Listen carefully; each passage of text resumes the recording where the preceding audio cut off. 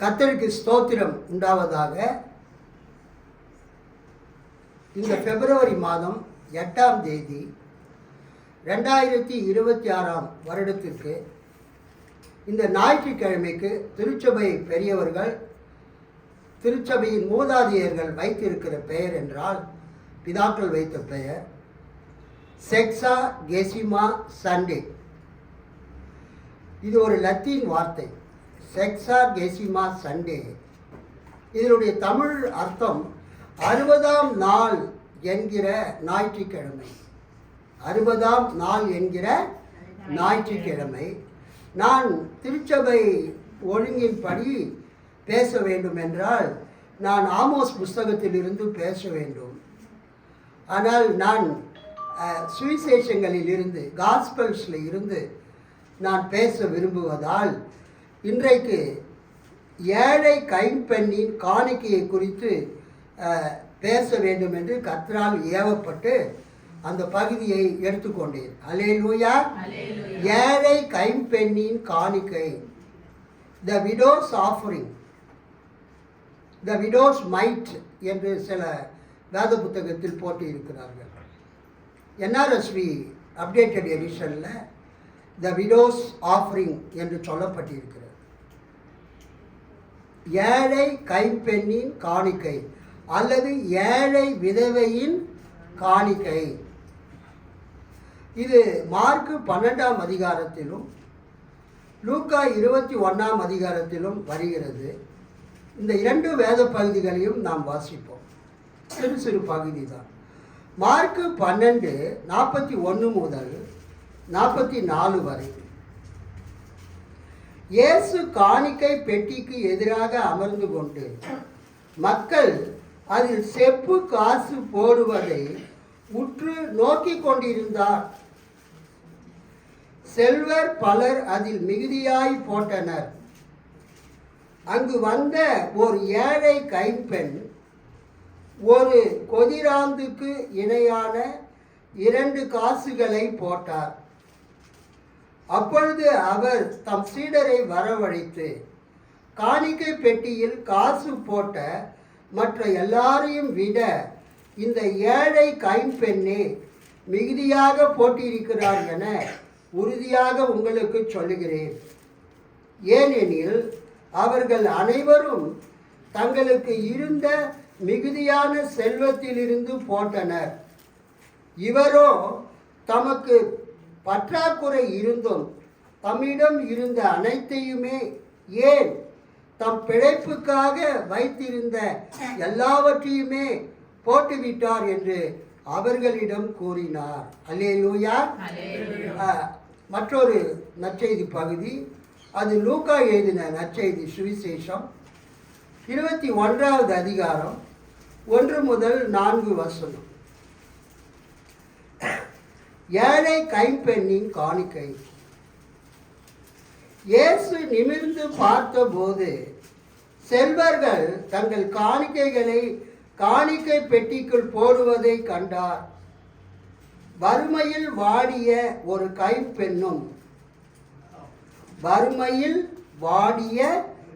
கைம்பெண்ணும் 2 காசுகளை அதில் போடுவதை கண்டார். அவர், இந்த ஏழை கைம்பெண் எல்லாரையும் விட மிகுதியான காணிக்கை போட்டிருக்கிறார் என உண்மையாகவே உங்களுக்கு சொல்கிறேன். ஏனெனில் அவர்கள் அனைவரும் தங்களுக்கு இருந்த மிகுதியான செல்வத்திலிருந்து காணிக்கை போட்டனர். இவரோ தமக்கு பற்றாக்குறை இருந்தும் தம் பிழைப்புக்காக வைத்திருந்த எல்லாவற்றையுமே போட்டுவிட்டார் என்றார். அல்லேலூயா. கர்த்தருக்கு ஸ்தோத்திரம். நான் வைத்திருக்கக்கூடிய திரு விவிலியம் பொது மொழிபெயர்ப்பு திருத்திய பதிப்பு, ரோமன் கத்தோலிக்க திருச்சபையால் திருத்தப்பட்ட இந்த திரு விவிலியம் பொது மொழிபெயர்ப்பு திருத்திய இந்த பதிப்பு 2024 வெளியிடப்பட்டது. இதில் கொடுக்கப்பட்டிருக்கிற அடிக்குறிப்புகள், ஃபுட்நோட்ஸ், அந்த கைம்பெண் லூக்கா 21:2 வறுமையில் வாடிய ஒரு கைம்பெண்ணும் ஒரு விதவையும் 2 காசுகளை அதில் போடுவதை கண்டார். அந்த 2 காசுகளை அந்த வார்த்தைக்கு அருகில் ஒரு நட்சத்திர அடையாளம், ஒரு ஸ்டார் மாதிரி ஒரு அடையாளத்தை கொடுத்துருக்குறாங்க ஃபுட்நோட்ஸில். அந்த 2 காசுக்கு இந்த வேத புத்தகத்தில் கொடுக்கப்பட்டிருக்கிற அடிக்குறிப்பு என்னவென்றால், இங்கு காசு என்பது ஒரு தினாரியத்தில் 128 ஒரு பகுதி மதிப்புடைய லெப்டான் ஆகும். கர்த்தருக்கு ஸ்தோத்திரம். இந்த லூக்கா 21:2க்கு அந்த கைப்பெண், அந்த விதவை அம்மா எத்தனை காசுகளை போடுறாங்க? 2 காசுகளை போடுறாங்க. அந்த 2 காசுகளுக்கு என்ன இங்கு விளக்கம் கொடுக்கப்பட்டிருக்கிறது? அடிக்குறிப்பு, இங்கு காசு என்பது ஒரு தினாரியத்தில் 128 ஒரு பங்கு, ஒரு பகுதி, 1 part of 128 of a denarium. அந்த 128ல் ஒரு பகுதி மதிப்பு, அதுக்கு என்ன பேருன்னா லெப்டான். லெப்டான் என்பது ஒரு தினாரியத்தில் 128 ஒரு பகுதி. இது லூக்கா 21 அதிகாரத்தில் இருக்கிறது. மார்க் 12வது அதிகாரத்தில் அங்கேயும் ஒரு அடிக்குறிப்பு இருக்கிறது. மார்க் 12:15 அங்கே என்ன வருது? கர்த்தருக்கு ஸ்தோத்திரம்.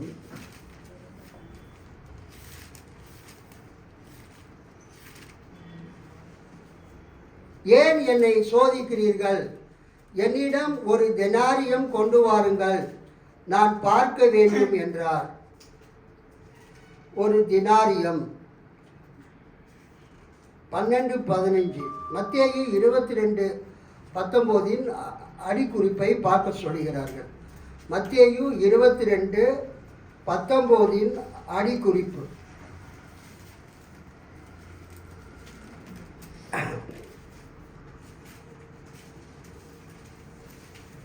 மத்தேயு 18:28 அடிக்குறிப்பை பார்க்க சொல்கிறார்கள்.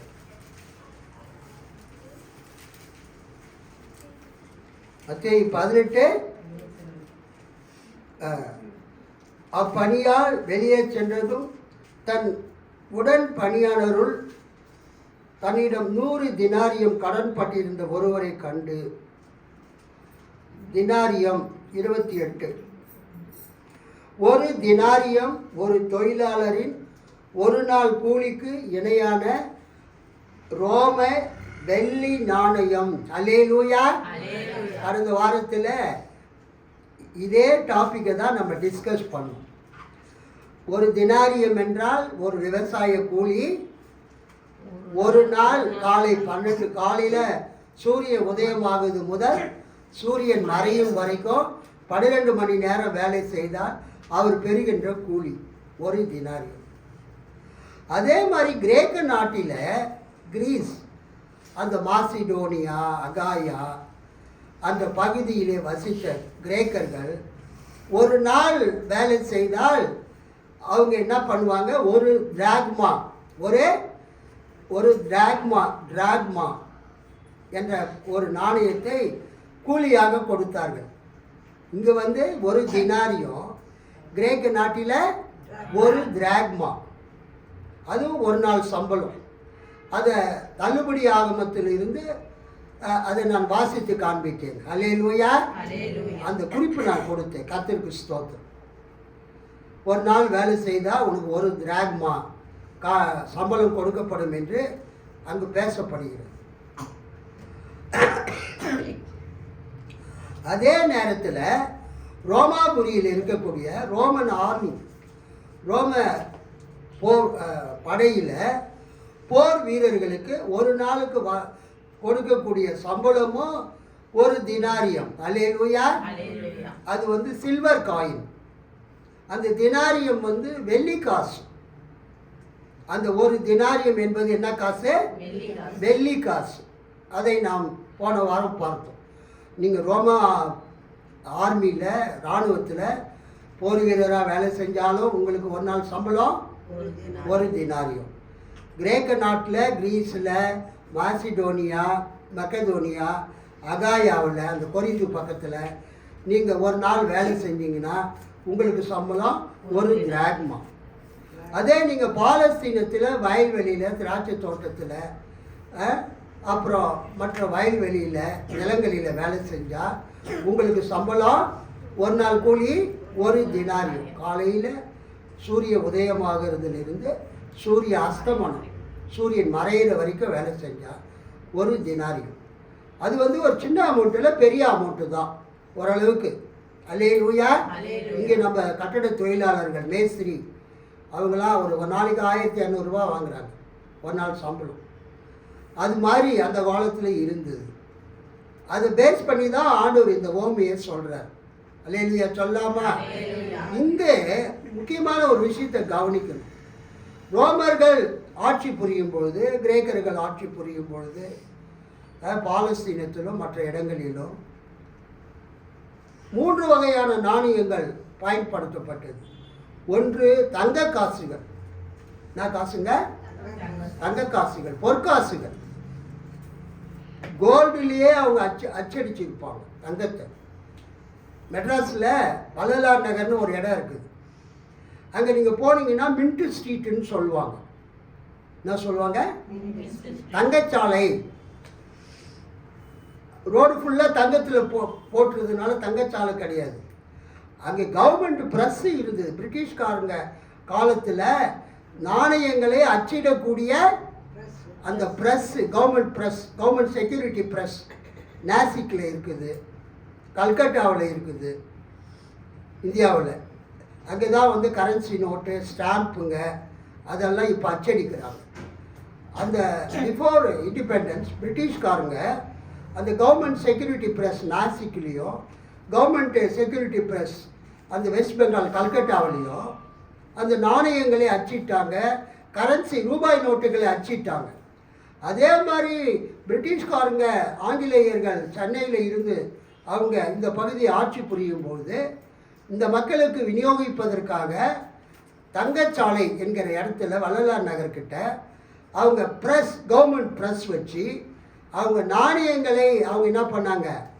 அச்சிட்டாங்க, உருக்கி அதை மின்ட்டுனா என்னன்னா அந்த உலோகத்தை, தங்கத்தையோ வெள்ளியையோ அல்லது பித்தளையோ செம்பையோ உருக்கி நாணயங்களை அச்சிட்டார்கள். இப்போ நாணயங்கள் பல வகைகளிலே வருது. அலுமினியம், நிக்கல், காப்பர், அந்த கலவை, உலோக கலவை வருகிறது, அலாய். ஸோ இயேசு கிறிஸ்துவின் காலத்தில் நாணயங்கள் தங்கத்தினால் பயன்படுத்தப்பட்டது, அச்சிடப்பட்டது. நாணயங்கள் தங்கத்தினால் அச்சிடப்பட்டது, உருக்கி செய்யப்பட்டது.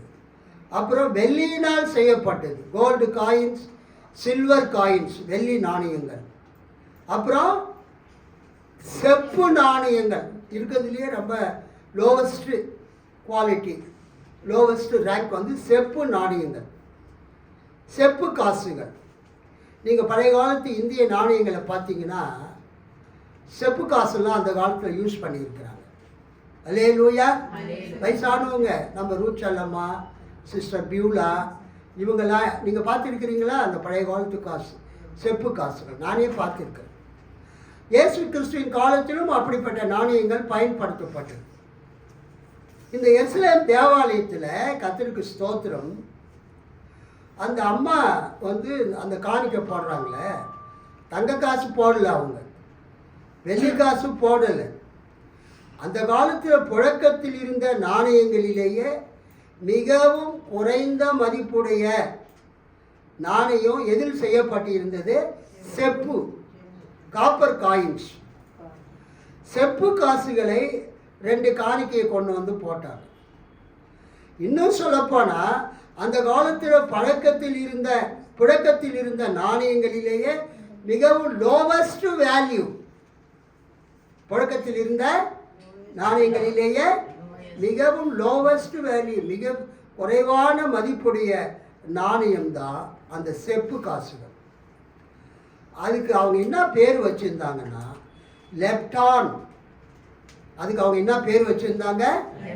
லெப்டான், LEPTON.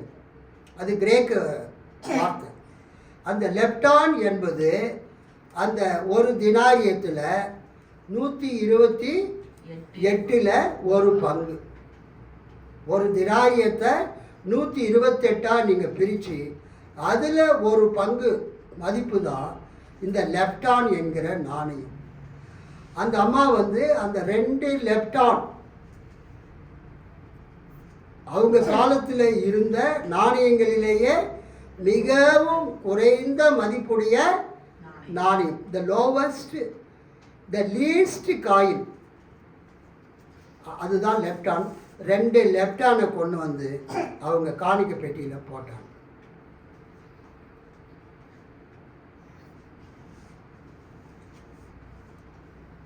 லெப்டா டியூஓன்னா 2 பேர், மாணவன சிங்கிள். டியூஓன்னா 2 பேர். அந்த அம்மா 2 லெப்டான், லெப்டா டியூஓ 2 லெப்டானை கொண்டு வந்து அவங்க லெப்டாவை கொண்டு வந்து காணிக்கை பெட்டியில் போட்டாங்க. இந்த லெப்டா என்ற வார்த்தை புதிய ஏற்பாட்டில் கிரேக்க பைபிளில் எங்கெங்கே வருதுன்னா மார்க்கு 12:42 வருது. மார்க்கு 12:42, மார்க்கு 12:42 இந்த லெப்டா என்கிற பேர் வருது. and having come one widow poor through Lepta too,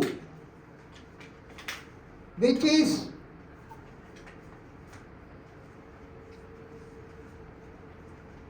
quadrantes, that means கொதிராந்து என்று அழைக்கப்படக்கூடிய 2 லெப்டா செப்பு காசுகளை அந்த அம்மா கொண்டு வந்து என்ன பண்ணாங்க, அந்த காணிக்கை பெட்டியில் போட்டாங்க. இது வந்து மார்க்கில் இருக்குது. லூக்காவில் என்ன இருக்குது பாருங்க. லூக்கா 21:2, லூக்கா 21 அந்த 2ல் என்ன இருக்குது? he saw but some widow very poor. நல்லா கவனிங்க. லூக்காவில் அவர் என்ன எழுதி இருக்கிறாருன்னா அந்த விதவை வெரி புவர். அந்த விதவை எப்படிப்பட்டவங்க? மிகவும் ஏழை. கவனிங்க. he saw but some widow very poor, மிகவும் ஏழையான, மிகவும் தரித்திரத்தில் இருக்கக்கூடிய அந்த விதவை throwing the lepta duo, 2 லெப்டாவை அந்த அம்மா அந்த காணிக்கை பெட்டியில் அவங்க போட்டாங்க. ஒரு அல்லேலூயா சொல்லாமா? நான் ஏற்கனவே சொல்லிட்டேன், அந்த காலத்தில் தங்கம் இருந்தது, தங்க காசுகள். அந்த காலத்தில் வெள்ளி காசுகள் இருந்தது. அந்த காலத்தில் செப்பு காசுகள் இருந்தது. அந்த செப்பு காசுகளிலேயே மிகவும் லோவஸ்ட் வேல்யூ, மிகவும் குறைந்த மதிப்புள்ள, சில வருஷங்களுக்கு முன்பதாக 1 பைசா இருந்தது. பார்த்துருக்கிறீங்களா? 2 பைசா இருந்தது, 5 பைசா இருந்தது, 10 பைசா இருந்தது, 20 பைசா இருந்தது, 25 பைசா இருந்தது, 50 பைசா இருந்தது, 1 ரூபாய் வந்தது. ஸோ காசுகளிலேயே எல்லாமே ஒரே வகை கிடையாது. காசுலேயே கடைசி காசு என்னதுங்க? 1 பைசா. அது மாதிரி இயேசு கிறிஸ்துவின் காலத்தில் அவங்க தங்க காசுகளை யூஸ் பண்ணாங்க, பொற்காசுகளை. வெள்ளி காசுகளை யூஸ் பண்ணாங்க, தெனாரியம் ஆர் டிராக்மா. அல்லது ஏழைகள் பயன்படுத்துவதற்காக செப்பு காசுகளை பயன்படுத்தினாங்க. அந்த செப்பு காசுகளுக்கு லெப்டான் என்று பெயர், சிங்குலர். லெஃப்ட் ஆன் என்பது சிங்குலர். லெஃப்ட் ஆன் 2 காசுகள் லெஃப்டா. இதை நம்ம எங்கே பார்க்குறோம்? லெஃப்ட் ஆனு லூக்கா 12:59. ஒருத்தர் படிங்க. லூக்கா 12:59. லூக்கா 12:59 படிங்க. நீ கடைசி காசை கொடுத்து தீர்க்க மாட்டோம், அவ்விடத்திலிருந்து புறப்பட மாட்டாய் என்று உனக்கு சொல்லுகிறேன் என்றார். நீ கடைசி காசை கொடுத்து தீரு மட்டும் அவ்விடத்தில் இருந்து நீ புறப்பட மாட்டாய் என்று உனக்கு சொல்லுகிறேன். I say to you not you might go out from there until also the last left on you might give off. உன்னிடம் இருக்கக்கூடிய அந்த காசுகளிலேயே மிகவும் சிறிய காசாகிய 1 பைசா. அது சொல்றார் அவங்ககிட்ட, உங்ககிட்ட இருக்கக்கூடிய காசுகளிலேயே மிகவும் குறைந்த காசாகிய அந்த 1 பைசாவை, 1 லெப்டானை, 1 செப்பு காசை நீ கொடுத்து தீரு மட்டும் அந்த இடத்தில் இருந்து புறப்பட மாட்டார். ஒரு அல்லேலூயா சொல்லாமா? கர்த்தருக்கு ஸ்தோத்திரம். ஏனென்றால் இது ஒரு ஸ்டடி மாதிரி இருந்தால் கூட இதை நாம் மிகவும் அறிந்து கொள்ள வேண்டும், அவசியம். இந்த இயேசு இந்த ஏழை கைம்பெண்ணும் ஏழை விதவையும் அவருடைய காணிக்கையும் பற்றி அவர் பேசுகிறார். இயேசு இப்போ எருசலேமுக்கு போய் கொண்டிருக்கிறார். அல்லேலூயா. மறுரூப மலையில் இயேசு தம்மை வெளிப்படுத்தின பிறகு, மறுரூப மலை ரொம்ப ரொம்ப இம்பார்ட்டன்ட் ஈவெண்ட் இந்த மினிஸ்ட்ரி ஆஃப் ஜீசஸ். இயேசுவினுடைய ஊழியத்தில் மிகவும் முக்கியமானது அந்த தாபோர் மலை. மத்தேயு 17ஆம் அதிகாரத்தில் 1 முதல் 9 or 1 முதல் 11 இயேசு அந்த மறுரூப மலை தாபோர் மலையில் ஏறி இந்த உலகத்தில் தாம் பிறப்பதற்கு முன்பதாக தான் இருந்த அந்த ஆதி நிலையை, கடவுளாக தான் எப்படி இருந்தார், கடவுளுடைய குமாரனாக தாம் எப்படி இருந்தார், கடவுளின் வார்த்தையாக பிதாவோடு தாம் எப்படி இருந்தார் என்கிற அந்த ஆதி நிலையை இயேசு தனது 3 சீடர்களுக்கும் வெளிப்படுத்துகிறார். அவர்களுக்கு முன்பாக மறு தோற்றமானார், மறுரூபம் அடைந்தார். அல்லேலூயா. Transfiguration of Christ. மறுரூபமாகுதல், மறு தோற்றமாகுதல் இயேசு பிறப்பதற்கு முன்பதாகவே இருக்கிறார். இயேசு மனிதனாக பிறந்துதான் 2026 வருஷம் ஆகுது. இயேசு மனிதனாக பிறந்து, அதனால்தான் கிறிஸ்து பிறந்த பிறகு கிபி என்று நாம் சொல்லுகிறோம். கிமு கிறிஸ்து பிறப்பதற்கு முன்பதாக அவர் ஆதியிலே பிதாவாகிய தேவனோடு அவர் இருக்கும்போது தேவனாக, தேவ சாயலாக அவர் இருந்தார். அல்லேலூயா. Both the Father and the Son was resembled with each other. இருவரும் ஒன்று மாதிரி இருந்தாங்க. அல்லேலூயா. In no way Father is greater than his son Jesus. குமாரனாகிய இயேசுவை விட பிதா எந்த விதத்திலும் பெரியவர் அல்ல. அதே மாதிரி பிதாவாகிய தேவனை விட இயேசு எந்த விதத்திலும் தாழ்ந்தவர் அல்ல. பிதா எப்படியோ அப்படியே குமாரனும் இருக்கிறார். அந்த ஆதி நிலையை இயேசு அந்த மறுரூப மலையில் காட்டுகிறார், தாபோர் மலையில். அதை காண்பித்த பிறகு அவர் சொல்றாரு, மனுஷகுமாரன் மகிமை அடைகிற வரைக்கும் இந்த செய்தியை நீங்கள் யாருக்கும் சொல்லாதீங்க.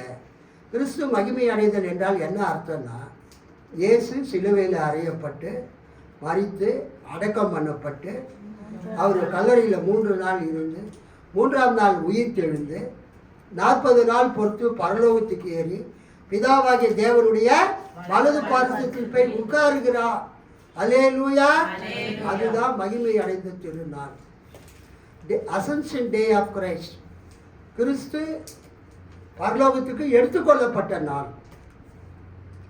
ஸோ இந்த காலை நேரத்தில் இயேசு ஆலயத்தில் உட்கார்ந்துட்டு இருக்கார். ஸோ அந்த மறுரூப மலைக்கு பிறகு இயேசு எங்கே போகிறார்? கரெக்ட், சோபியா கரெக்டாக சொல்கிறாங்க. எங்கே போகிறாரு? எருசலேமுக்கு போகிறார். எதுக்கு போகிறாரு? எருசலேமை சுற்றி பார்த்துட்டு வர்றதுக்கா? நம்ம மெரினா பீச்சுக்கு போய் மெரினா பீச்சில் சுற்றி பார்த்துட்டு வர மாதிரி. அல்லேலூயா. சிலுவையில் அறையப்படும்படியாக இயேசு போகிறார். இந்த உலகத்தை ரட்சிப்பதற்காக, ரத்தத்தை சிந்தி மரிப்பதற்காக இயேசு எருசலேமை நோக்கி போகிறார். அல்லேலூயா. அப்படி எருசலேமுக்கு போவதை ஆரம்பித்த நாள் தான் அந்த மறுரூப நாள். அதனால்தான் எப்போதுமே இந்த லெந்து காலத்துக்கு முன்பாக, சாம்பல் புதன்கிழமைக்கு முன்பாக அந்த மறுரூப நாளை திருச்சபைகள் நினைவு கூறுகின்றன, ஊழியர்கள் பிரசங்கிப்பார்கள். ஸோ இயேசு இப்போ மறுரூப மலையிலேருந்து இறங்கி அவர் இப்போ எங்கே வந்துட்டார்? தேவாலயத்துக்கு வந்துட்டார். தேவாலயத்தில் காணிக்கைகள் போடக்கூடிய இடத்துலேயே அவர் உட்கார்ந்துட்டு இருக்கிறார். அல்லேலூயா. எருசலேம் தேவாலயம் ரொம்ப பெருசு. அங்கே பெரிய பெரிய தூண்கள் இருக்கும். நீங்கள் பழைய காலத்து பிரிட்டிஷ்காரங்க பில்டிங்லாம் போய் பார்த்தீங்கன்னா என்ன இருக்கும்? பெரிய பெரிய தூண்கள் இருக்கும். அந்த தூண்கள் தான் அந்த பில்டிங்கை தாங்கிக்கிட்டு இருக்கும். கீழே ஹாலு, மேலே ரூம்ஸு, பில்டிங் எல்லாம் இருக்கும். அது மாதிரி எருசலேம் தேவாலயத்தில் பல தூண்கள் இருக்கிறது. அந்த தூண்களுக்கு நடுவிலே 13 காணிக்கை பெட்டிகள் வைக்கப்பட்டிருக்கின்றன. நம்ம சர்ச்சில் எத்தனை காணிக்கை பெட்டி இருந்தது? ஒன்று தான். நம்ம சர்ச்சு சின்ன சர்ச்சு, அதனால ஒரு காணிக்கை பெட்டி வச்சுருக்கிறோம். சில சர்ச்சு, பெண்டிகாஸ்ட் சர்ச்சில் பெரிய பெரிய சர்ச்சுங்க இருக்குதுங்க. அவங்க அங்கங்கே என்ன பண்ணுவாங்க? காணிக்கை பெட்டி வைப்பாங்க. காணிக்கை எடுக்க மாட்டாங்க. சிபிஎம் சர்ச்சு போன்ற சர்ச்சுகளில் காணிக்கை எடுக்க மாட்டாங்க. சபைக்கு வரவங்க காணிக்கை பெட்டியில் போய் காணிக்கை போட்டுட்டு போவாங்க. சில சர்ச்சில் ஜப குறிப்புகளை எழுதி போட்டுட்டு போவாங்க. ஸோ இயேசு கிறிஸ்து எருசலேம் தேவாலயத்தில் அவர் அமர்ந்து கொண்டு இருக்கிறார். இப்போ எருசலேமுக்கு அவர் வந்துட்டார். எருசலேம் தேவாலயத்தில் அவர் அமர்ந்து கொண்டு இருக்கிறார். அவர் உட்கார்ந்து இருக்கிற இடம் அந்த தேவாலயத்தினுடைய பொக்கிஷங்களை வைக்கக்கூடிய அந்த ட்ரெஷரி இருக்கிற இடத்துல இயேசு கிறிஸ்து உட்கார்ந்து கொண்டு இருக்கிறார். அங்கே பெரிய பெரிய தூண்கள் இருக்கிறது. அந்த பெரிய பெரிய தூண்கள், ஒரு தூணுக்கோ இன்னொரு தூணுக்கோ இடையில ஒரு காணிக்கை பெட்டி, ஒரு தூணுக்கோ இன்னொரு தூணுக்கு இடையில ஒரு காணிக்கை பெட்டி. இது மாதிரி நிறைய லைனாக தூண்கள் இருக்கிறது. அங்கு 13 காணிக்கை பெட்டிகள் இருக்கிறது. அந்த காணிக்கை பெட்டியெல்லாம் ஸ்கொயர் டைப்பில் இல்லை, எல்லாம் எக்கால டைப்பில் இருக்குது. எந்த டைப்பில் இருக்குது? எக்கால, ட்ரம்பட் டைப். ட்ரம்பட்டில் வந்து அந்த நுனி வந்து குறுகலாக இருக்கும், அப்புறம் கீழே இறங்கும்போது பெருசாக இருக்கும். அது மாதிரி 13 எக்கால வடிவத்தில், ட்ரம்பட் வடிவத்தில் அந்த காணிக்கை பெட்டிகள் அங்கு வைக்கப்பட்டு இருக்கிறது. கீழ்ப்பகுதி அகலமாக இருக்கும், மேல் பகுதி குறுகலாக இருக்கும். மக்கள் போயிட்டு அந்த எக்கால வடிவத்தில் இருக்கக்கூடிய அந்த காணிக்கை பெட்டியில் காணிக்கைகளை போடுவாங்க. இயேசு கிறிஸ்து அவர் உட்கார்ந்து இருக்கிற இடத்துலேருந்து யார் எவ்வளோ போடுறாங்கன்னு பார்க்க முடியும். ஏன்னா இப்போ எல்லாமே கரன்சி நோட்டு. இப்போ எல்லாமே என்ன வந்துருச்சுங்க, கூகுள் பேயில், ஃபோன்பேயில் எல்லாருமே மணி டிரான்ஸ்ஃபர் பண்ணுறாங்க. ஒரு காலத்தில் அமெரிக்காவில் செக்கில் காணிக்க கொடுப்பாங்க. சர்ச்சுக்கு போகும்போதே செக்கு எடுத்துகிட்டு போயிடுவாங்களாம், செக்கு காணிக்க கொடுப்பாங்க. இப்போ கூகுள் பேயில், ஃபோன்பேயில் மணி டிரான்ஸ்ஃபர் பண்ணுறாங்க. அதனால யார் எவ்வளோ போடுறாங்கன்னு நமக்கு தெரியாது. ஆனால் இயேசுவின் காலத்தில் மக்கள் அந்த காணிக்கை பெட்டியில் போடுறத இயேசு பார்க்கும்போது தங்க காசுகள், அப்புறம் வெள்ளி காசுகள், செப்பு காசுகள், அதை போடுறதெல்லாம் இயேசு பார்க்குறார். அப்போ ஐஸ்வர்வான்கள் வந்து தங்களுடைய ஐஸ்வர்யத்திலிருந்து போட்டார்கள். அல்லேலூயா. அல்லேலூயா. கவனிங்க, ஏழையான ஒரு விதவையும் வந்து ஒரு துட்டுக்கு சரியான 2 காசை போட்டாள். இங்கே துட்டு என்பது லெப்டான். அதுக்கு துட்டு என்பது எதை குறிக்குது? லெப்டான். அந்த காசுலேயே லோவஸ்ட் வேல்யூ, மிக குறைந்த மதிப்புள்ள அந்த காசை அவள் போட்டாள். ஒரு துட்டுக்கு சரியான 2 காசை போட்டாள். அந்த லெப்டான் என்பது கிரேக்க வார்த்தை. லெப்டான் என்றால் செப்பு காசுன்னு அர்த்தம். செப்பு காசுலேயே மிகவும் குறைந்த காசு, ஒரு பைசா, அதுக்கு மாதிரி அர்த்தம். அப்பொழுது அவர் 128ல் ஒரு பங்கு தினாரியம். அப்பொழுது அவர் தம்முடைய சீஷரை அழைத்து, காணிக்கை பெட்டியில் பணம் போட்ட மற்ற எல்லாரை பார்க்கிலும் இந்த ஏழை விதவை அதிகமாய் போட்டாள் என்று மெய்யாகவே உங்களுக்கு சொல்லுகிறேன். இவர்கள் எல்லாரும், ஐஸ்வர்யவான்கள் எல்லாரும் தங்கள் பரிபூர்ணத்திலிருந்து எடுத்து போட்டார்கள். இவளோ தன் வறுமையிலிருந்து தன் ஜீவனத்துக்கு உண்டாயிருந்ததெல்லாம் போட்டுவிட்டாள். அல்லேலூயா சொல்லாமா? இவளோ வறுமையில் இருந்து தன் ஜீவனுக்கு உண்டாயிருந்த எல்லாவற்றையும் போட்டுவிட்டாள். C, wonderful. இது ஏழை கைப்பெண்ணின் காணிக்கை, ஏழை விதவியின் காணிக்கையை பற்றி நம்ம படிக்கும்போது என்ன தெரிஞ்சுக்கணும்னா, எல்லாரும் தங்களுக்கு இருந்த ஆஸ்தியில் இருந்து, தங்களுக்கு இருந்த ஐஸ்வர்யத்திலிருந்து, தங்களுக்கு இருந்த அதிகமான பணத்திலிருந்து, செல்வத்திலிருந்து எடுத்து அவங்க கர்த்தருக்கு காணிக்கை செலுத்தினார்கள்.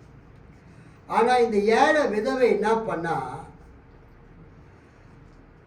அவர்கள் எல்லாரும் தங்கள் பரிபூர்ணத்தில் இருந்து எடுத்து போட்டார்கள். இவளோ தன் வறுமையில் இருந்து, நான் ஏற்கனவே படிக்கும்போது சொன்னேன், எ வெரி புவர் விடோ, மிகவும் ஏழையான ஒரு விதவை. இங்கே நம்ம பார்க்கிற விஷயம், நம்ம காணிக்கை போடுகிறதை கர்த்தர் பார்க்கிறார். என்னுடைய பழக்கம் என்னன்னா, நான் எப்போ காணிக்கை போட்டாலும் என்கிட்ட இருக்கிற அந்த பர்ஸில் இருக்கிற அந்த பணத்தில் மிகவும் அதிகமான பணத்தை தான் நான் எப்போதுமே காணிக்கை போடுவேன். எனக்கு நானே நான் தட்டிக்கிறேன்னு அர்த்தம் கிடையாது. கர்த்தர் எனக்கு கொடுத்த அந்த நல்ல பிராக்டிஸ்க்காக கர்த்தருக்கு ஸ்தோத்திரம். நம்ம எப்பொழுதுமே கர்த்தருக்கு நம்மிடத்தில் இருக்கிற தரமானதை கொடுக்க வேண்டும். கர்த்தருக்கு எப்போதுமே இந்த யூஸ் பண்ணதெல்லாம் கொடுக்கக்கூடாது.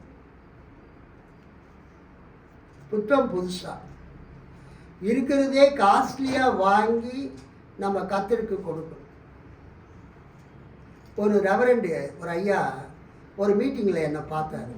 அப்போ அவர் சொன்னார், பாஸ்டர், நீங்கள் ஒரு பெண்டிகாஸ்டல் பாஸ்டராக இருந்தாலும் நீங்கள் யூஸ் பண்ணுற எல்லா பொருளுமே வெரி காஸ்ட்லி பொருட்கள். உங்கள் ஃபோனாக இருந்தாலும் சரி, டேப்லெட்டாக இருந்தாலும் சரி, நீங்கள் யூஸ் பண்ணுற பைபிளாக இருந்தாலும் சரி, எல்லாமே என்னது? காஸ்ட்லி. அது என்ன அர்த்தம்னா, நம்ம வந்து கர்த்தருக்கு சேவை செய்யும்போது, கர்த்தருக்கு ஊழியம் செய்யும்போது மிகவும் தரமுள்ளதை நாம் பயன்படுத்த வேண்டும். அல்லேலூயா. நம்முடைய பிரசங்கத்தை வந்து ஐஃபோனில் ரெக்கார்ட் பண்ணால் ரொம்ப நல்லாயிருக்கும், அசல் சினிமா மாதிரியே இருக்கும் அப்படின்னு என் நண்பர் ஒருத்தர் சொன்னார். ஒன்று அதுக்காகவே நம்ம ஜாப் பண்ணணும், ஒரு ஐஃபோன் வாங்கணும் அப்படின்னு. ஏறத்தாழ 1.5 லட்சம் ரூபாய், 1,49,999 ரூபாய். அதை வாங்கணும்னு நினைக்கும் போது 5,000 டிஸ்கவுண்ட் கொடுத்தாங்க. IPhone 14 Pro Max. கையில் காசே இல்லை, நாங்கள் சாம்சங் ஃபோன் வாங்க போனோம். அப்போ அந்த கடைக்காரர் சொன்னார், எங்கள் மகளை பார்த்து, அம்மா நீங்கள் 2 லட்சம் ரூபாய் வரைக்கும் நீங்கள் என்ன வேணாலும் வாங்கலாம், ஐஃபோனே வாங்கலான்னார். 1.5 வருஷம் இஎம்ஐயில் இந்த ஃபோனை எங்கள் மகள் வாங்கி கொடுத்தது. எமி, கைத்தட்டி எமிக்காக கத்திர ஸ்டாப். ஆனால் அது பாவம் சாதாரண ஃபோன் தான் யூஸ் பண்ணும், விவோவோ வைகோவோ ஏதோ யூஸ் பண்ணு. கர்த்தருக்காக இந்த ஃபோனை வாங்கி எல்லா ஸ்பீச்சும் எல்லா செர்மனியும் இந்த ஃபோனில் ரெக்கார்ட் பண்ணி யூடியூப்பில் அப்லோட் பண்ணுறோம். அல்லேலூயா. அல்லேலூயா. பட் நம்ம ஏழைகள் தான், பணக்காரர்கள் கிடையாது. நம்ம சர்ச்சு ஏழை சர்ச்சு தான். ஆனால் கர்த்தருக்கு நம்ம கொடுக்கறத எப்போதுமே உயர்ந்ததாக கொடுக்கணும். இங்கே இயேசு என்ன சொல்கிறாரு பாருங்க, அவர்கள் எல்லாரும் தங்கள் பரிபூரணத்தில் இருந்து எடுத்து போட்டார்கள், இவளோ தன் வறுமையில் இருந்து.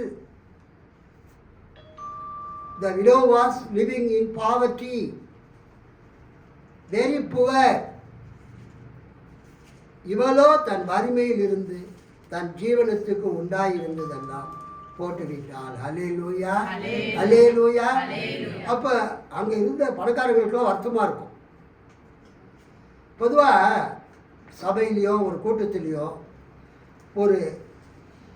ஒருத்தரை நம்ம குறித்து அவங்க சாட்சி சொன்னால் மற்றவங்களுக்கு கஷ்டமாக இருக்கும். நம்மளும் எவ்வளவோ கர்த்தருக்கு ஊழியத்துக்கு காணிக்க கொடுக்குறோம். இந்த பாஸ்டர் நம்மளை ஒரு நாள் கூட சொல்லுங்க, எங்க ராகுல் எங்க என் பேர் சொல்ல மாட்டாரேன்னு நினைக்கக்கூடாது. நீங்கள் போடுற காணிக்கை யார் பார்த்துட்டு இருக்கிறது? சொல்லுங்கம்மா ரூட் செல்லம்மா. உங்கள் பேரன் கொடுக்குற காணிக்கை யார் பார்த்துட்டு இருக்கிறது? நான் சபையில் சொல்லணும்னு அவசியமே இல்லை. ஆனாலும் கர்த்தர் ஒரு ஏழை விதவை கொடுத்த, தரித்திரத்திலே வறுமையிலே வாழ்ந்து கொண்டிருக்கிற ஒரு ஏழை விதவை கொடுத்த காணிக்கையை இயேசு புகழ்ந்து பேசினார். கைத்தட்டி ஆண்டவரை மகிமை பண்ணார். இயேசு எதை வச்சு அந்த அளவீடு செய்தார்? How did Jesus measure who put more? காணிக்கை பெட்டியிலே அதிகமாக போட்டது யார் என்பதை எதை வைத்து இயேசு சொன்னார்? பணக்காரங்களா தங்க கட்டிகளாக கொண்டு வந்து போடுறாங்க. மிடில் கிளாஸ் பீப்புள் வெள்ளி கட்டிகளாக கொண்டு வந்து போடுறாங்க. இந்த ஏழை விதவை என்ன இளவரசி சிஸ்டர் செப்பு காசை போட்டான். எதை வைத்து ஆண்டவர் அந்த ஏழை விதவை அதிகமாய் கொடுத்தாள் என்று சொன்னார்? எதை வைத்து அவர் மெஷர் பண்ணார்? இயேசு பயன்படுத்திய அளவீடு என்ன? யார் அதிகமாய் கொடுத்தது என்பதை எந்த அளவீடு வைத்து இயேசு கூறினார் என்றால் இன்டர்பிரிட்டேஷன் கமெண்ட்ரி. பைபிள் கமெண்ட்ரியில் ஒரு நல்ல கமெண்ட்ரி என்னதுங்க? Interpretation commentary. ஒரு நல்ல கமெண்ட்ரி. இன்டர்பிரிட்டேஷன் கமெண்ட்ரியில் லூக்கா 20:45 அவங்க கொடுத்திருக்கிற விளக்கத்தை பாருங்கள். He weighed all the gifts not by sentiment but by a standard that was the same for all. How much does one have remaining after the offering is made? இயேசு அளவிட்ட அந்த அளவீடு என்ன? இயேசு அவங்க கொடுக்குற அந்த காணிக்கையை பார்த்துலாம் இவங்க அதிகமாக கொடுத்தாங்க, இவங்க குறைவாக கொடுத்தாங்கலாம் இயேசு சொல்லலை. அந்த ஏழை விதவை அதிகமாக கொடுத்தாள் என்பதை எதை வைத்து இயேசு சொன்னார் என்றால், ஒருவர் காணிக்கை செலுத்திய பிறகு, ஒருவர் காணிக்கை கொடுத்த பிறகு அவரிடத்தில் என்ன மீதியாய் இருக்கிறது? ஒரு ஆணோ அல்லது ஒரு பெண்ணோ கர்த்தருக்கு காணிக்கை செலுத்தின பிறகு, கர்த்தருக்கு காணிக்கை கொடுத்த பிறகு அவருடைய மணி பர்ஸில் மீதியா எவ்வளவு இருக்கிறது? உங்ககிட்ட 500 500 1000 1000 2000 இருக்குது உங்ககிட்ட. அதில் தேடுறீங்க இருக்கிறதுலையே. சொல்லுங்கம்மா கீர்த்தனா, பெஸ்ட் டீச்சருங்க, கை தட்டுங்க. எல்லாரும் காணிக்க போடுற நேரத்தில் தங்ககிட்ட இருக்கிற பணத்தில் என்ன விக்டோரியா, எது லோவஸ்ட்டு கரன்சி இருக்குது, மிக குறைவான என்ன பணம் இருக்குதுன்னு பார்ப்பாங்க. 50 ரூபா கூட இல்லையா? சரி சரி 100 ரூபாய் இருக்குது, சரி போட்டுடுவோம். மனதிலே சந்தோஷம் இல்லாமல் அந்த 100 ரூபா, சப்போஸ் 100 ரூபாயில் 200 ரூபாய் இருக்குது, ஐயோ 200 ரூபாய் இருக்குது, ஒரு 50 ரூபாய் 100 ரூபாய் இருக்கக்கூடாதா? நம்ம வைக்கணும். ஞாயிற்றுக்கிழமை சர்ச்சுக்கு வரும்போது என்னதுங்க, 5 ரூபா, 10 ரூபா, 20 ரூபா இதெல்லாம் நம்ம சில்லறை வைக்கணும். அப்போ தான் அந்த காணிக்கை பை வரும்போதே இருக்கிறதுலே குறைவானதை எடுத்து போட்டுடலான்னு மக்கள் நினைப்பாங்க. பீப்புள்ஸ் டெண்டன்சி, மக்களுடைய மனநிலை. நீங்கள் 10 ரூபா போட்டால் 5 ரூபா போட்டாலும் சரி, 10 ரூபா போட்டாலும் சரி, 20 ரூபா போட்டாலும் சரி, 50 ரூபா போட்டாலும் சரி, 100 ரூபா போட்டாலும் சரி, 200 ரூபா போட்டாலும் சரி, 500 ரூபா போட்டாலும் சரி. இயேசுவினுடைய கால்குலேஷன் என்னன்னா, இயேசுவினுடைய மதிப்பீடு என்னன்னா, நீங்கள் ஆண்டவருக்கு காணிக்கை போட்ட பிறகு உங்களிடத்தில் மணிப்பரிசிலையோ, பெண்களாக இருந்தால் கிராமத்தில் சுருக்கு பையெல்லாம் வச்சுருப்பாங்க. இங்கே யாரும் நீங்கள் கிராமத்து பெண்கள் கிடையாது, எல்லாம் நகரவாசிகள். நீங்களாம் ஹேண்ட் பேக்கு தான் வச்சுருப்பீங்க. உங்கள் மணி பேக்கில், மணி பர்ஸில் காணிக்கை செலுத்தின பிறகு உங்ககிட்ட எவ்வளோ மீதியாக இருக்குது, அதை தான் ஆண்டவர் பார்க்கிறார். ஸ்டீபன் பிரதர், புரியுதா உங்களுக்கு? இயேசு பார்க்கிறார் அந்த ஏழை விதவை தரித்திரத்திலே வாழ்ந்து கொண்டிருக்கிறார், வறுமையிலே வாழ்ந்து கொண்டிருக்கிறார். அவளை பற்றி சொல்லும்போது she was very very poor என்று சொல்லப்பட்டு இருக்கிறது. மிகவும் தரித்திரத்தில் இருக்கிறார், மிகவும் வறுமையில் இருக்கிறார். அவளிடத்திலே இருக்கக்கூடிய கடைசி காசு 2 லெப்டான். லெப்டான் சிங்குலர், லெப்டா வந்து ப்ளூரல். லெப்டான் வந்து அந்த ஒரு காசுக்கு சமம், லெப்டான். அவன் என்ன பண்ணுறா, 2 லெப்டாவை, 2 காசுகளை அந்த காணிக்கை பெட்டியில் போடுறான். அதனுடைய வேல்யூ என்னன்னா, கொகிராந்து ஒரு தினாயத்தில் 128ல் ஒரு பங்கு மதிப்புடைய அந்த மிகவும் சொற்பமான சிறிய அந்த 2 செப்பு காசுகளை கொண்டு வந்து அவள் காணிக்கை பெட்டியில் போடுறான். அதை இயேசு பார்க்குறார். நல்லா கவனிங்க, நீங்கள் ஏழையோ பணக்காரங்களோ மிடில் கிளாஸோ அது எனக்கு தெரியாது, நீங்கள் போடுற காணிக்கையை இயேசு பார்க்கிறார். அல்லேலூயா. நீங்கள் கொடுக்கிற பணத்தை விட, நீங்கள் கொடுக்கிற காசை விட உங்கள் இதயத்தை ஆண்டவர் பார்க்கிறார். Jesus looks at your heart. நீங்கள் எப்படிப்பட்ட மனநிலையோடு, ஐயோ இந்த காணிக்கை நேரம் வந்துருச்சு, இந்த பாஸ்டர் வேறு கொடுன்னு சொல்லிக்கிட்டே இருப்பார். நான் எப்போதுமே நம்ம சபையில் காணிக்கை பற்றி அதிகமாக சொல்லுங்க. இந்த பிரசங்கத்தையும் 3 வருஷத்துக்கு முன்னால் பேசுங்க. இந்த ஏழை கைப்பெண்ணின் காணிக்கை, ஏழை விதவியின் காணிக்கையை 3 வருஷத்துக்கு முன்னாலும் நம்ம சபையில் பேசியிருக்கிறேன், கர்த்தருக்கு காணிக்கை கொடுக்கறத பற்றி. அதோடு இன்னைக்கு தான் நான் பேசுகிறேன். அல்லேலூயா. 3 வருஷத்துக்கு முன்னால் பேசுகிறத 2 தடவை நான் கேட்டேன். அது ஒரு சாதாரண பிரசங்கம் தான், பெரிய பிரசங்கம் எதுவும் இல்லை. ஆனால் நம்ம கற்றுக்கொள்ள வேண்டிய செய்தி என்னவென்றால், கர்த்தர் காணிக்கை பெட்டி அண்டையிலே உட்கார்ந்து கொண்டிருந்தார், மக்கள் காணிக்கை போடுகிறதை பார்த்து கொண்டிருந்தார். ஐஸ்வர்யவான்கள், செல்வந்தர்கள் தங்கள் ஆஸ்தியின் மிகுதியினால் கர்த்தருக்கு காணிக்கை போட்டார்கள். இயேசு பார்த்தார். ஆனால் இந்த ஏழை விதவை தன்னிடம் இருந்த எல்லாவற்றையுமே, தன்னிடம் இருந்த கடைசி அந்த 2 காசு, செப்பு காசு 2 லெப்டான்களை அவர் கொண்டு வந்து என்ன பண்ணாரு, அந்த அம்மா காணிக்கை பெட்டியில் போட்டாங்க. அப்போ இயேசு சொல்றாரு, the widow's gift was by far the greatest. Interpretation கமெண்ட்ரியில் என்ன சொல்றாங்க, அந்த ஏழை விதவை போட்ட அந்த காணிக்கை மற்ற எல்லாரை விட for greatest. Hallelujah.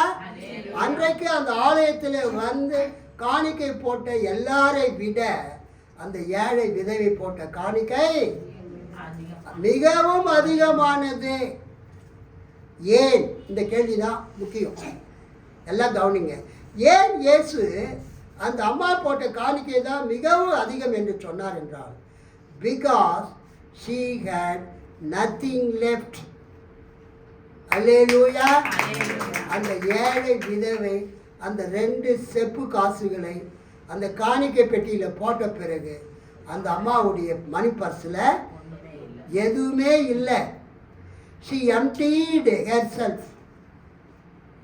She totally sacrificed herself. She totally gave everything to God. எல்லாவற்றையுமே அவள் தேவனுக்கு கொடுத்து விட்டார். எப்படி? ஒருவேளை அந்த அந்த அந்த அம்மா சுருக்கு பையோ ஏதாவது மணி பர்ஸை திறந்து இப்படி இப்படி ஆட்டி அவங்க பார்க்குறாங்க, உள்ளே 2 காசு தான் இருக்கிறது. ஒருவேளை அவங்க கொட்டும்போது 2 காசு விழுந்திருக்கும், 2 செப்பு காசு. அது ஆண்டவர் தூரத்துலேருந்து பார்த்துருப்பார். ஐயோ பாவமே, இந்த அம்மா கிட்ட என்ன இருக்குது? 2 செப்பு காசு இருக்குது. சரி, 1 காசு போட்டு 1 காசு வைத்து கொள்ளலாம் அப்படின்னு கூட ஆண்டவர் யோசிச்சிருப்பார். ஆனால் அந்த அம்மா என்ன பண்ணாங்க? பவுனம்மா 2 காசையும் போட்டாங்க. அந்த 2 செப்பு காசையுமே காணிக்கை பெட்டியில் அவங்க போடுறத ஆண்டவராக இயேசு பார்க்கிறார். அல்லேலூயா, அல்லேலூயா. கர்த்தருடைய பிள்ளைகளே, பொன்னேரியில் நம்ம சர்ச்சு கட்டும்போது க்ளோரியஸ் சர்ச் ஆஃப் காட், நம்ம சபை விசுவாசிகள் தங்கள் தாலிகளை கழட்டி போட்டாங்க. ஞாபகம் இருக்காமா? தங்கள் தாலிகளை கழட்டி போட்டாங்க அந்த சர்ச்சு கட்டுறதுக்கு. வெள்ளி கொலுசுகளை கழட்டி போட்டாங்க, தங்க வளையல்களை கழட்டி போட்டாங்க. அதெல்லாம் விற்றுட்டு நீங்கள் கதவு வாங்குங்க, சிமெண்ட்டு தர போடுங்க, அந்த பெரிய கவனம் கிராமத்தில் ஒரு சர்ச்சு கட்டுங்க அப்படின்னு சொன்னாங்க. அது தங்கச்சின் பாஸ்டர் தான் வந்து அதை திறந்து வைத்தார். அல்லேலூயா சொல்லாமா? அதன் பிறகு மோசஸ்க்கு திருமணமானது. அவர் மாமியார் வந்து, நாங்கள் க்ளோரியஸ் சர்ச் ஆஃப் காடில் இருக்கணும்னா நீங்கள் எங்களுக்கு எங்கள் மருமகனுக்கு மாதம் உதவித்தொகை கொடுக்கணும்னாங்க. ஐயோ, எங்களுக்கு எந்த ஃபாரின் சப்போர்ட்டும் கிடையாது, நாங்களே விசுவாசத்தில் இருக்கிறோம். அங்கே இருக்கிற ஜனங்களுக்கு ஒரு சர்ச்சு வேணும்னு அந்த சர்ச்சை கட்டி கொடுத்தோம்.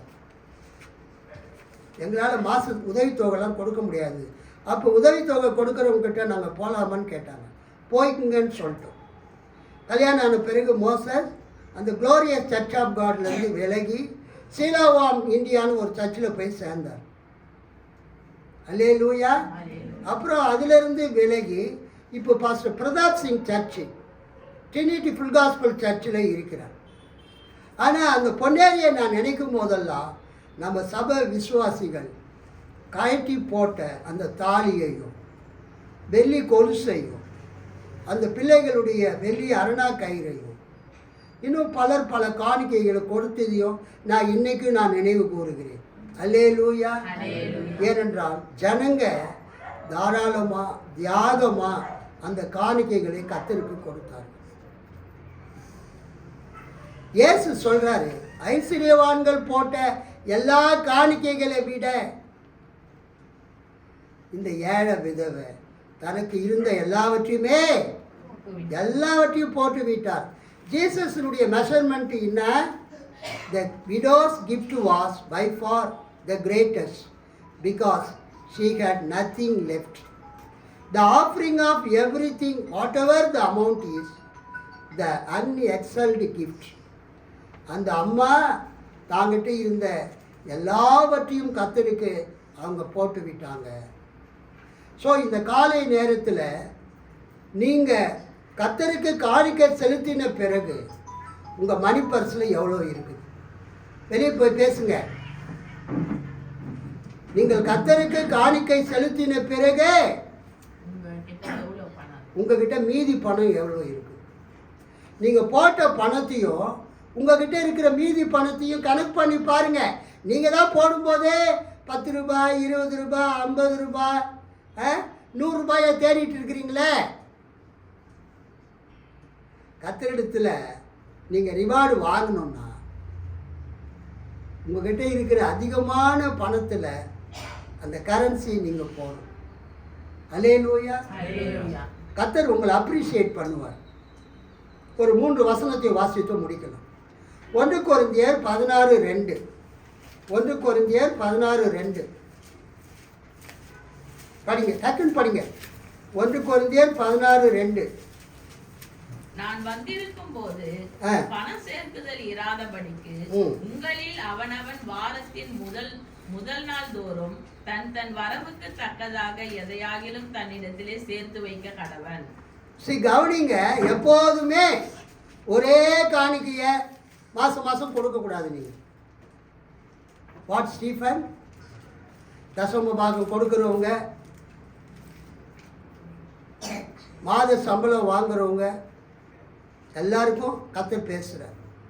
அவன் தன் வரவுக்கு தக்கதாக எதையாகிலும். ஆமா, கர்த்தருக்கு ஞாயிற்றுக்கிழமையில மாசத்துல வரக்கூடிய ஒவ்வொரு ஞாயிற்றுக்கிழமையிலையும் வாரத்தின் முதல் நாளாகிய ஞாயிற்றுக்கிழமையில நீங்க சபைக்கு வரும்போது உங்களுடைய வருமானத்துக்கு ஏற்றவாறு நீங்கள் காணிக்கை கொடுக்க வேண்டும். தன் வரவுக்கு தக்கதாக. சிலர் ஃபிக்ஸடாக வச்சுக்குவாங்க. 10 லட்சம் ரூபாய் கொடுத்து வண்டி வாங்கினாலும் பாஸ்டருக்கு எவ்வளோ காணி கொடுப்பாங்க? ஏற்கனவே பேசியிருக்கிறேன்னே, 500 ரூபாய். அவங்க மைண்டில் ஃபிக்ஸட் ஆயிடுச்சு. 10 லட்சம் ரூபாய் கொடுத்து கார் வாங்கினாலும், 5 லட்சம் ரூபாய் கொடுத்து லாரி வாங்கினாலும், 2 லட்சம் ரூபாய் கொடுத்து ஆட்டோ வாங்கினாலும், 1.5 லட்சம் ரூபாய் கொடுத்து பைக்கு வாங்கினாலும் அவங்க மைண்டில் என்ன இருக்குதுன்னா, பாஸ்டர்கிட்ட போகிறோம் சும்மா ஒரு ஃபார்மாலிட்டிக்கு, அவர் ஜெபம் பண்ணால் ஒரு திருப்தியாக இருக்கும். ப்ரேயர் பண்ணி முடித்தோடனே ஜெபம் பண்ணி தண்ணிலாம் தெளிச்ச பிறகு ஒன்று எவ்வளோ எடுத்து கொடுப்பாங்க? ஏற்கனவே எடுத்து வச்சுருப்பாங்க பைபிளில். அது தவறான பழக்கங்க. 2 லட்சம் ரூபாய் கொடுத்து நீங்கள் ஒரு பைக்கு வாங்குறீங்க, 5 லட்சம் ரூபாய் கொடுத்து ஒரு மினி லாரி வாங்குறீங்க, 10 லட்சம் ரூபாய் 20 லட்சம் ரூபாய் கொடுத்து ஒரு கார் வாங்குறீங்க. ஆனால் பைபிள் எடுத்துகிட்டு பாஸ்டருக்கு ஜெபம் பண்ண வரும்போது 500 ரூபாய் வச்சுட்டு வந்தீங்கன்னா கர்த்தர் பார்க்கிறார். கர்த்தர் உங்கள் இருதயத்தை பார்க்கிறார். மைண்டில் நீங்கள் ஃபிக்ஸ் பண்ணிடுறீங்க, மாதம் மாதம் இவ்வளோ தசம பாகம் கொடுத்தா போதும்னு. தசம பாகம் அப்படி கொடுக்கக்கூடாது. உங்களுடைய வருமானத்துக்கு தக்கதாக சொல்லுங்க, உங்களுடைய வருமானத்துக்கு தக்கதாக நீங்கள் கொடுக்க வேண்டும். According to your income you should give to the Lord. அடுத்தது 1 கொரிந்தியர் 9:14. அதே புக்கு 1 கொரிந்தியர் 9:14. வேற ஒருத்தர் படிங்க. இந்த ஜோயல் பாருங்க, வந்து சாட்சி சொல்லவே இல்லை. சரி, ஒரு நாள் வருவான், அப்ப பார்க்கலாம். அந்தபடியே சுவிசேஷத்தை அறிவிக்கிறவர்களுக்கு சுவிசேஷத்தினாலே பிழைப்பு உண்டாக வேண்டும் என்று கர்த்தரும் கட்டளையிடுகிறார். கவனிங்க, நான் வந்து பாலிடெக்னிக்கில் லெக்சரராக இருந்தேன். நான் பாலிடெக்னிக்கில் ஹெச்ஓடியாக இருந்தேன். 20 வருஷத்துக்கு முன்னால் என் வேலையெல்லாம் விட்டுட்டு நான் முழு நேர ஊழியத்துக்கு வந்துட்டேன். சுவிசேஷத்தை அறிவிக்கும்படியாக, புறஜாதிகளுக்கு சுவிசேஷத்தை அறிவிக்கும்படியாக, சபைக்கு வரக்கூடியவங்களுக்கு பிரசங்கத்தை இயேசுவின் போதனையை போதிக்கும்படியா, வேதாகம கல்லூரி மூலமாக ஊழியக்காரர்களை உருவாக்கும்படியா நான் வந்து இருக்கிறேன். பைபிள் காலேஜில் ஒரு பேருக்கு 500 ரூபாய் ஃபீஸ் வச்சுருக்கிறோம். அந்த 500 ரூபாய் கூட மாத கட்டணத்தை நிறைய பேர் ஒழுங்காக கட்டுறது இல்லை. பல தடவை நான் சொல்கிறேன், மாத கட்டணம் செலுத்தாதவர்கள், பெரிய பெரிய வசதியானவங்க, பணக்காரர்கள், சொந்த வீட்டில் வசிக்கிறவங்க, அரசாங்கத்தில் பணிபுரிகிறவர்கள், முழுநேர ஊழியக்காரங்க, பாஸ்டுங்க மாதம் 500 ரூபாய் கொடுக்கறதுக்கே மூக்கால அழுகுறாங்க. எனக்கு கேட்கறதுக்கே வெக்கமாக இருக்குது. நான் ஆண்டவரை தான் கேட்குறேன், என்னை ஏன் இந்த ஆட்கள்கிட்ட ஒரு பிச்சை எடுக்காத மாதிரி என்னை கெஞ்ச வைக்கிறீங்க? எனக்கு வெக்கமாக இருக்குது இந்த ஸ்டூடெண்ட்டுக்கிட்ட காசு கேட்குறது. 1ஆம் தேதி ஆனால் அவங்க என்ன பண்ணணும், ஆட்டோமேட்டிக்காக நம்ம விசுவாசிங்க எப்படி தசம பாகத்தை கொடுக்குறாங்களோ, எப்படி கூகுள் பேயில் அனுப்புகிறாங்களோ, அது மாதிரி பைபிள் காலேஜ் படிக்கிற ஸ்டூடெண்ட்டுங்க எல்லாருமே நான் கேட்கவே கூடாது. ஆனால் இந்த மாணவர்கள்கிட்ட நான் கேட்கறதுக்காக வெக்கப்படுறேன். தேவ சமூகத்தில் நான் சொல்கிறேன், கேட்கலன்னா கொடுக்கவே மாட்டாங்க. என்கிட்ட ஒரு ஸ்டூடெண்ட் வந்தார், நம்முடைய பழைய விசுவாசி மாணிக்கம் நேஷா. பேசிட்டு இருக்கும்போது சொன்னார், பாஸ்டர் நான் உங்ககிட்ட தான் பிடிஹெச் படித்தோம் பாஸ்டர் 3 வருஷம். கர்த்தருக்கு ஸ்தோத்திரம், 1 மாதம் கூட நான் ஃபீஸ் கட்டவே இல்லை பாஸ்டர். நீங்களும் என்ன கேட்கல. I was shocked. எப்படிப்பா இது, எங்கள் சபைக்கே வந்துக்கிட்டு நம்ம சபையிலே மூப்பர் மாதிரி சங்கீதத்தெல்லாம் படிச்சுக்கிட்டு 3 வருஷம் நீ பிடிஹெச் பைபிள் காலேஜில் படிச்சுட்டு 1 மாதம் கூட நீ ஃபீஸ் கட்டலைன்ற விஷயமே எனக்கு தெரியல. நீ சொன்ன பிறகு தான் தெரியுது. எப்படிப்பா 3 வருஷம் படித்த? இல்லை நீங்கள் கேட்பீங்கன்னு பார்த்தேன், நீங்கள் கேட்கவே இல்லை, நானும் கொடுக்கவே இல்லை. அப்போ ஃபீஸே வந்து 200 ரூபாய் தான். இது மாதிரி ஸ்டூடெண்ட்டுங்க இருந்தால் இந்த பைபிள் காலேஜை எப்படி நடத்துறது, பல புத்தகங்கள் எப்படி வாங்கிறது? என் ஒய்ஃப் அடிக்கடி சொல்லுவாள், இருக்கிற புத்தகம் படிங்க, புதுசாக புத்தகம்லாம் வாங்காதீங்கன்னு. நான் நாளைக்கு சாக போகிறேன்னா இன்றைக்கி கூட ஒரு புதிய புத்தகம் வாங்குவேன். அல்லேலூயா. ஏன்னா அந்த டீச் பண்ணுறவங்களுக்கு தான் அந்த அருமை தெரியும். எப்போதுமே நம்ம புதிய பதிப்புகளை we have to use the updated books. ஏற்கனவே 4வது எடிஷன் இருந்தால் இப்போ 5வது எடிஷன் வந்தால் 5வது எடிஷன் வாங்கும். உங்களுக்கு போதிக்கிறவர்களுக்கு பிழைப்பு உண்டாக வேண்டும் என்று கர்த்தர் கட்டளையிட்டு இருக்கிறார். அந்தபடியே சுவிசேஷத்தை அறிவிக்கிறவர்களுக்கு சுவிசேஷத்தினாலே பிழைப்பு உண்டாக வேண்டும் என்று கர்த்தரும் கட்டளையிட்டு இருக்கிறார். அல்லேலூயா. நான் வந்து எம்எஸ்சி ஃபிசிக்ஸு எம்ஃபில் முடிச்சுட்டு நான் ஒரு ஹைலி குவாலிஃபைடு பர்சன். வேறு ஒரு பாலிடெக்னிக்கில் போய் நான் வேலை செய்யலாம், ஒரு என்ஜினியரிங் காலேஜில் போய் வேலை செய்யலாம். ஆனால் முழுநேர ஊழியத்துக்கு வந்துட்ட பிறகு சொல்லுங்க, நான் ஊழியத்தில் தான் இருக்கணும். அப்போ என்னை தாங்க வேண்டிய பொறுப்பு யாருடைய பொறுப்பு? என்னுடைய சபை மக்களுடைய பொறுப்பு. யூ ஹாவ் டு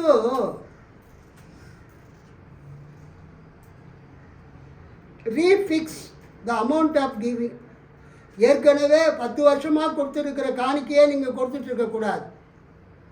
ஒவ்வொரு மாதமும் கர்த்தர் உங்களுக்கு கொடுக்கக்கூடிய காணிக்கைகளை அதுக்கு ஏற்ற மாதிரி நீங்கள் கொடுக்கணும். உங்களுடைய வருமானத்துக்கு தக்கதாக நீங்கள் கொடுக்கணும்.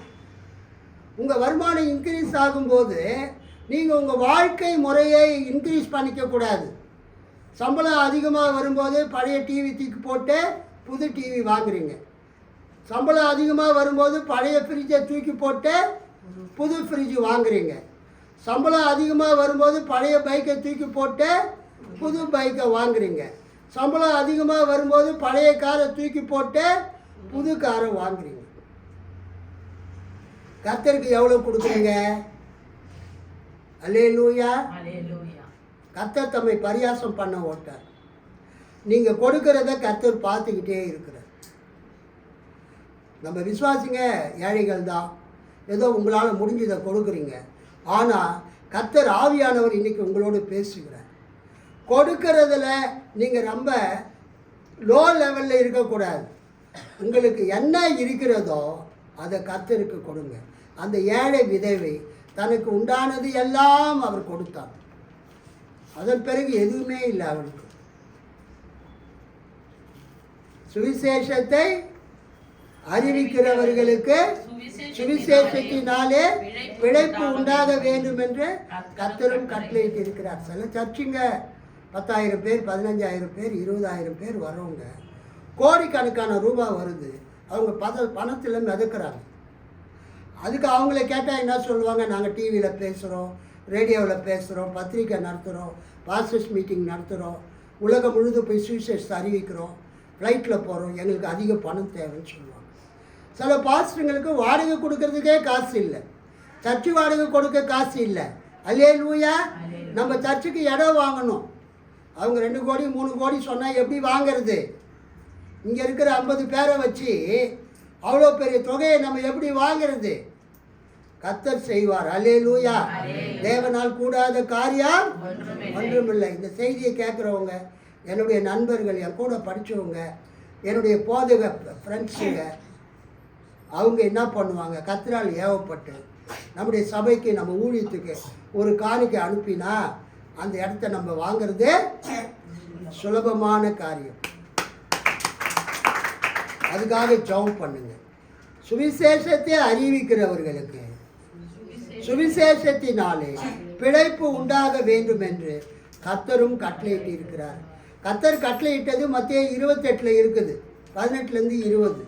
அங்கே நீங்கள் பார்த்தீங்கன்னா, நான் உங்களுக்கு கட்டளையிட்ட யாவையும் அவர்கள் கை கொள்ளும்படி அவர்களுக்கு உபதேசம் பண்ணுங்கள். அல்லேலூயா.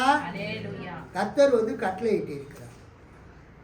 அங்கே ஞானஸ்தானம் கொடுக்கணும், உலகமெங்கும் புறப்பட்டு போகணும், சீசர் ஆக்கணும், ஞானஸ்தானம் கொடுக்கணும், அவர் கட்டளையிட்டதை நம்ம கடைப்பிடிக்கணும்னு சொல்லி இருக்கிறார்.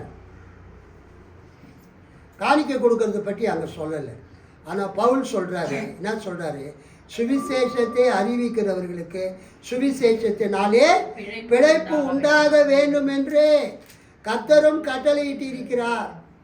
எங்கேயோ இருக்கக்கூடிய கோடீஸ்வரர்களுக்கு, பெரிய பெரிய பணக்கார ஊழியக்காரர்களுக்கு உங்கள் பணத்தை அனுப்புறதெல்லாம் கொஞ்சம் தள்ளி வச்சுட்டு, உங்களுக்கு பக்கத்தில், உங்கள் தெருவில், உங்கள் வீட்டு அருகில் இருக்கிற ஏழை ஊழியக்காரர்களுக்கு உதவி செய்யுங்க. இந்த யூடியூப்பில், ஃபேஸ்புக்கில், வாட்ஸ்அப்பில் இந்த செய்தியை பார்க்குற மக்களுக்கு நான் சொல்கிறேன். எங்கேயோ ஆயிரக்கணக்கான மைல்களுக்கு அப்பா இருக்கிற ஊழியக்காரர்களுக்கு நீங்கள் பணம் அனுப்புங்க, வேணான்னு சொல்ல. உங்கள் ஊரில் ஊழியம் செய்கிறவங்களுக்கு உதவி செய்யுங்க. அவங்க எந்த சபையாக இருந்தால் உங்களுக்கு என்ன? நிறைய பேருக்கு ஒரு வியாதி பிடிச்சிட்டு இருக்குது. நான் எம்டிஹெச் சேர்றதுக்கு ஒரு பெரிய பணக்காரர், லட்சாதிபதி, ஒரு கோடீஸ்வரரை பார்க்கும்படி ஒரு சிஎஸ்ஐ ரெவரண்ட் என்னை அனுப்பினேன். நீங்கள் போய் அவரை பாருங்கள், எம்டிஹெச் ஃபீஸ் கட்டுறதுக்கு உங்களுக்கு உதவி செய்வாருங்க. நான் போய் 1 மணி நேரம் 2 மணி நேரம் உட்காந்துருந்தேன், தூக்கமே வந்துடுச்சு. அப்போ அவங்க மேனேஜர் சொன்னார், நாங்கள் ஒன்லி சிஎஸ்ஐ சபை மெம்பர்களுக்கு தான் நாங்கள் உதவி செய்வோம். ஏன்னா அவங்க சிஎஸ்ஐ சேர்ந்தவங்க, கோடீஸ்வரர், ஒரு பெரிய ஒரு நிறுவனத்தின் தலைவர். ஏன் அந்த ரெவரண்ட் உங்களை எங்ககிட்ட அனுப்பிச்சாரு? நீங்கள் ஒரு பெண்டிகாஸ்டல் பாஸ்டர். சரிங்க ஐயா, மிக்க நன்றின்னு வந்துட்டேன். அதன் பிறகு பேராயர் பிஷப் ஞானாபரணம் ஜான்சனுடைய தங்கை சாந்தி ஜூபிலி அம்மாவும், ஞானாபரணம் ஜான்சன் பிஷப் மனைவி ஈவா மரியா சீபெட் ஜான்சனும் என்னை குருகுல் லூத்தரன் கல்லூரியில் சேர்த்து விட்ட என்னுடைய அன்பிற்குரிய பேராசிரியர் professor doctor reverend doctor SS John Rajkumar ஐயாவும், இந்த 3 பேரும் தான் நான் ஃபஸ்ட் இயரில் எம்டிஹெச் ஃபீஸ் கட்டுறதுக்கு உதவி செய்தாங்க. அவங்க, நீங்கள் லுத்தரன் தட்டி விட்டு போயிட்டீங்க, போய் அப்படியே தொலைங்க, ஏன் எங்ககிட்ட வரீங்கன்னு கேட்கவே இல்லை. டாக்டர் சாந்தி ஜூபிலி அம்மாவும் அவங்க அண்ணன் மனைவி ஈவா மரியா சீபெட் ஜான்சனும் என்னுடைய பேராசிரியர் டாக்டர் SS ஜான் ராஜ்குமார் ஐயாவும் குருகுலில் ஃபஸ்ட் இயர் ஃபீஸ் நான் கட்டுவதற்கு உதவி செய்தார். எம்டிஹெச். இதை நான் ஏன் சொல்கிறேன்னா, இந்த வியாதி பிடிச்சிட்டு இருக்குது. இன்றைக்கி தமிழ் கிறிஸ்தவர்களுக்கு எங்கள் ஊர்க்காரங்களுக்கு தான் நாங்கள் காணிக்கை கொடுப்போம், எங்கள் ஜாதிக்காரர்களுக்கு தான் நாங்கள், சொல்லுங்கம்மா இளவரசி, எங்கள் ஊர்க்காரங்களுக்கு நாங்கள் காணிக்கை கொடுப்போம், எங்கள் ஜாதிக்காரர்களுக்கு காணிக்கை கொடுப்போம், எங்கள் சபையை சேர்ந்தவங்களுக்கு தான் காணிக்கை கொடுப்போம், எங்கள் டயசிஸை சேர்ந்தவங்களுக்கு தான் காணிக்கை கொடுக்கணும்னு மக்கள் நினச்சிட்டு இருக்கிறாங்க. மிகவும் தவறான கருத்து. யாரெல்லாம் கிறிஸ்துவுக்கு ஊழியம் செய்கிறாங்களோ அவங்களுக்கெல்லாம் நம்ம காணிக்கை கொடுக்க வேண்டும். அல்லேலூயா. யாரா இருந்தாலும் அவங்களுக்கு நம்ம காணிக்கை கொடுக்கணும். ஒரு ரோமன் கேத்தலிக் ஃபாதர் என்னை அவருடைய ஆலயத்துக்கு வரவழைத்து 2 தடவை எனக்கு 5000 ரூபாய் காணிக்கை கொடுத்து இருக்கிறேன். என்னுடைய மகனுடைய கல்யாணத்துக்கு அவர் வரல. அந்த டைமில் கேத்தலிக் ஃபாதர் என்னை அவருடைய பாரிஷ்க்கு வரவழைச்சு 5000 ருபீஸ் காணிக்க கொடுத்தார். அப்போ அவர் சொன்னார், pastor John, I love you so much. நீங்கள் நிறைய ஊழியம் பண்ணுறீங்க, உங்கள் மகன் கல்யாணத்துக்கு நான் வரல, ஆனால் this is my gift to you and your family. எவ்வளோ மகிழ்ச்சியான காரியம். நம்ம கேத்தலிக் சர்ச்சு கிடையாது, நம்ம லுத்தரன், நம்ம பெண்டிகாஸ்ட், நம்ம இண்டிபெண்டன்ட் சர்ச். ஆனால் ஒரு கேத்தலிக் ஃபாதர் காணிக்க கொடுக்குறார். என்னோட ஊழியத்துக்கு எல்லாருமே காணி கொடுக்குறாங்க. நிறைய சிஎஸ்சிக்காரங்க, கொரட்டூரில் இருக்கிறவங்க நிறைய சிஎஸ்சிக்காரங்க என் ஊழியத்தை தாங்கியிருக்கிறாங்க. ஸோ இந்த காலை நேரத்தில் நம்ம கர்த்தருக்கு காணிக்கை கொடுக்கும்போது முதலாவது நம்ம சபைக்கு சப்போர்ட் பண்ண வேண்டும், நமது ஊழியருக்கு காணிக்கை கொடுக்க வேண்டும், நமது வரவுக்கு தக்கதாக நம்ம காணிக்கை கொடுக்க வேண்டும். நமது சபைக்கு மட்டுமல்ல, ஏழையாக இருக்கிறவங்க, கஷ்டப்படுறவங்களுக்கு நம்ம காணிக்கை கொடுக்கணும். கலாத்தியர் 6ஆம் அதிகாரம் எடுத்துக்கொள்ளுங்கள். கலாத்தியர் 6ஆம் அதிகாரம் 6ஆம் வசனத்தை படிங்க. மேலும் திருவசனத்தில் உபதேசிக்கப்படுகிறவனுக்கு சகல நன்மைகளிலும் பகிர்ந்து தமிழ் என்ன படிக்கிறீங்க? 6ஆம் வசனம். மேலும் திருவசனத்தில் உபதேசிக்கப்படுகிறவன், விசுவாசிகள், உபதேசிக்கிறவனுக்கு, போதகருக்கு சகல நன்மைகளிலும் பகிர்ந்து கொடுக்க கடவன். என்ன மிஸ்டேக் பண்ணீங்க? கவனிச்சிங்களா? வீடியோ பாருங்க, அப்பதான் புரியும். திருவசனத்தில் உபதேசிக்கப்படுகிறவன், சபை விசுவாசிகள், உபதேசிக்கிறவனுக்கு, போதிக்கிற பாஸ்டருக்கு, பைபிள் காலேஜ் டீச்சருக்கு சகல நன்மைகளிலும் பகிர்ந்து கொடுக்க கடவன். அல்லேலூயா. சும்மா பேருக்கு காணிக்கை கொடுக்கறது முதலாவது நீங்கள் நிறுத்தணும். சும்மா பேருக்கு ஒருத்தரை லவ் பண்ணக்கூடாது, பேருக்கு ஒருத்தரை நேசிக்கக்கூடாது, உயிரை விட்டு நேசிக்கணும். நீங்கள் ஒருத்தரை நேசித்தீங்கன்னா உயிரை விட்டு நேசிக்கணும். ஒருத்தருக்கு காணிக்கை கொடுத்தீங்கன்னா முழு இருதயத்தோடு காணிக்கை கொடுக்கணும். அல்லேலூயா. திருவசனத்தில் உபதேசிக்கப்படுகிறவன், உபதேசிக்கிறவனுக்கு சகல நன்மைகளிலும் பகிர்ந்து கொடுக்க கடவன். மோசம் போகாதிருங்கள், தேவன் தம்மை பரியாசம் பண்ண ஓட்டார். மனுஷன் எதை விதைக்கிறானோ அதையே அறுப்பான். தன் மாம்சத்திற்கென்று விதைக்கிறவன் மாம்சத்தினால் அழிவை அறுப்பான். ஆவிக்கென்று விதைக்கிறவன் ஆவியினாலே நித்திய ஜீவனை அறுப்பான்.